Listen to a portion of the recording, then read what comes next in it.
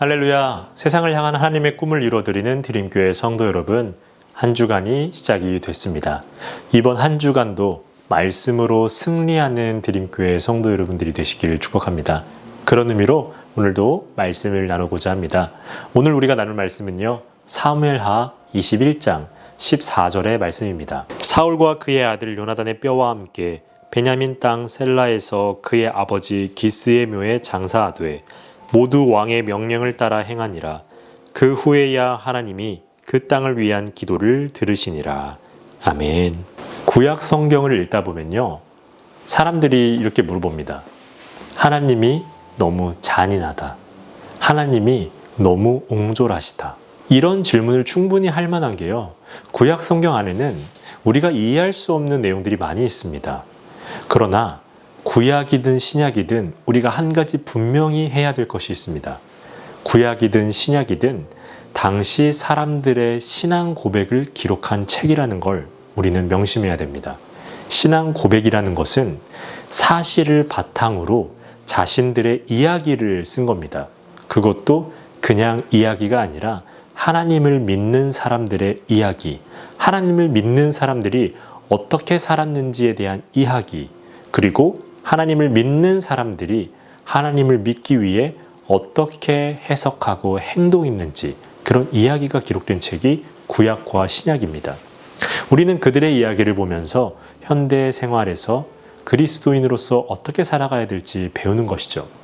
그런데 이게 참 어려운 것이, 오늘 사무엘하 21장은요, 그냥 읽으면 그냥 사륙이 난무합니다. 피를 보복하기 위해 또 다른 피를 부르고 그것을 마치 정당화하고 심지어 이것이 하나님의 뜻인 것처럼 이야기하죠. 그러나 우리가 절대 놓치지 말아야 할 것이 있습니다. 사람이 사람을 죽이는 것이 하나님의 뜻이 아니라 이 가운데 하나님의 말씀을, 하나님의 언약을 끝까지 붙들고자 했던 인물의 마음을 우리가 읽어야 됩니다. 사무엘하 21장 1절을 보면요, 다윗의 시대에 해를 거듭해서 가뭄이 일어났대요. 그런데 이렇게 이야기를 합니다. 가뭄이 일어난 이유가 뭐냐면 사울과 피를 흘린 그의 집으로 말미암았다. 사울이 기브온 사람들을 죽였기 때문에 그렇다라고 합니다.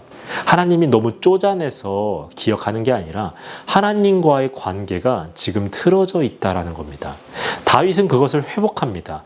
하나님과 맺었던 언약대로 다윗은 그것을 회복시켜 주려고 합니다. 그리고 그것을 모든 과정 속에서 회복합니다. 그러자 어떻게 될까요? 오늘 본문에서 이렇게 이야기를 하고 있습니다. 그 후에야 하나님이 그 땅을 위한 기도를 들으시니라.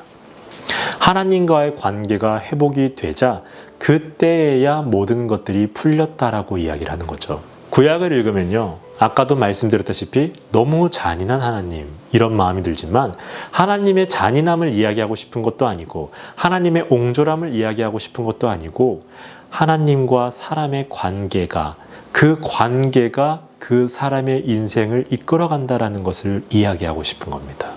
오늘 이 본문을 통해서 우리가 깨닫길 바랍니다. 하나님과 나의 관계가 내 삶에 영향을 끼친다라는 겁니다. 그런 의미로 우리 드림교회 모든 교우 여러분들이 하나님과의 관계를 올바르게 맺으며 이번 한 주간도 승리하시길 주님의 이름으로 축복합니다.